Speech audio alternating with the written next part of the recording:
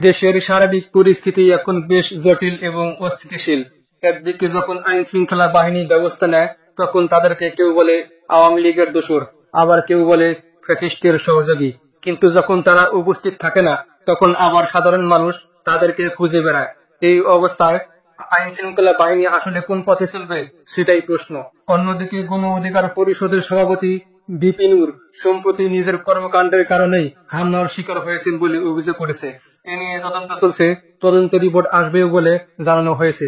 এদিকে জাতীয় পার্টিকে নিষিদ্ধ করার দাবিতে এনসিপি, জামাত এবং আরো কয়েকটি ছোট দল একজোট হয়েছে। কিন্তু জাতীয় পার্টি এবার চুপ করে বসেনি।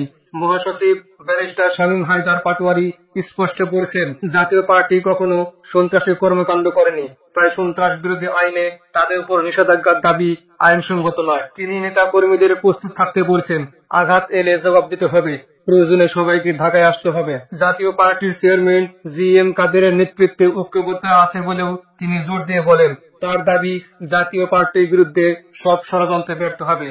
আমরা অনেকেই ভাবি জাতীয় পার্টির সমর্থক আসলে কারা।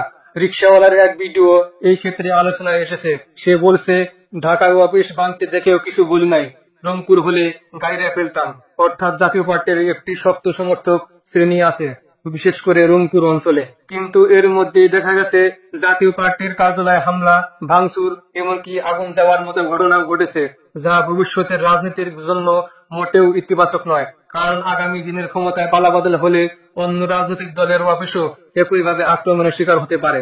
রাজনৈতিক সমীকরণও পাল্টে যাচ্ছে। আগে যে সব দল ছিল একে অপরের প্রতিদ্বন্দ্বী, সময়ের প্রয়োজনে তারা এখন একজোট হয়েছে।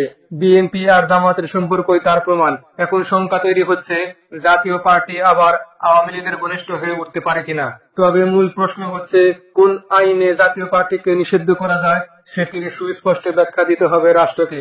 অন্যদিকে জাতীয় পার্টি যুদ্ধে প্রস্তুতি নিচ্ছে বলে ইঙ্গিত পাওয়া গেছে। এর ফলে সংঘাতের ঝুঁকি বাড়ছে। সব মিলিয়ে দেশের পরিস্থিতি এখন অস্থির। নির্বাচন হবে কিনা সেটি নিয়েও অনিশ্চয়তা তৈরি হয়েছে। ডক্টর ইউনূস আসলে কারো পক্ষে নিবেন নাকি নিরপেক্ষ থাকবেন, সেটি নিয়েও প্রশ্ন উঠছে। শেষ কথা হলো, সহিংসতা বা আইন বিরোধী কোনো কাজ গ্রহণযোগ্য নয়। রাষ্ট্রে আইন আছে, সেই আইনের মাধ্যমেই সব সমাধান হতে হবে।